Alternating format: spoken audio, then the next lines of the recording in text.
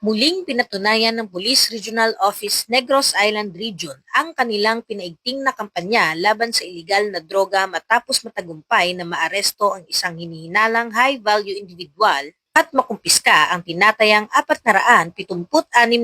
pisong halaga ng hinihinalang shabu na nagawang bypass operation sa Purok Bormahico, Barangay Tangub, Bacolod City noong madaling araw ng ika-27 ng Mayo taong kasalukuyan. Ang operasyon ay pinangunahan ng mga operatiba ng Police Regional Office Negros Island Region katuwang ang Bacolod Police Station 8 matapos makatanggap ng isang impormasyon mula sa isang confidential informant. Kinilala ang sospek na si alias Josh, 28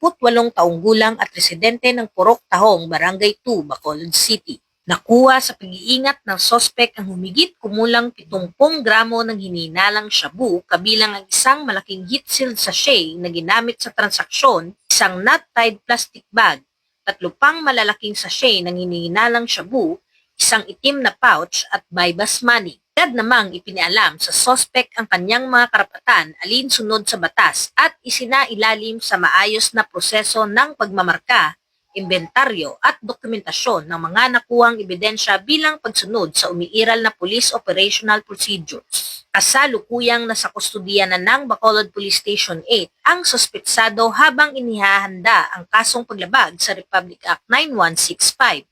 o ang Comprehensive Dangerous Drugs Act of 2002. Ang matagumpay na operasyong ito ay bahagi ng mas pinaigting na kampanya ng kapulisan laban sa iligal na droga upang mapanatili ang kapayapaan, kaligtasan at kaayusan sa komunidad. Ipinapakita rin ito ang patuloy na pagtutok ng Philippine National Police sa intelligence-driven operations, mas mahigpit na law enforcement efforts at aktibong pakikipag-ugnayan sa mamamayan upang tuluyang wakasan ang kriminalidad at iligal na droga sa rehiyon.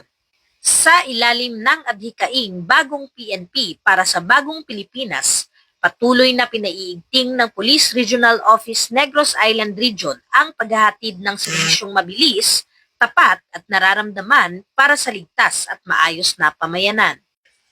Mula dito sa Negros Island Region, ako ang inyong Police News Network Correspondent, Patrolwoman Andrea Di Palobos, alagad na batas, tagataguyod na balitang pulis.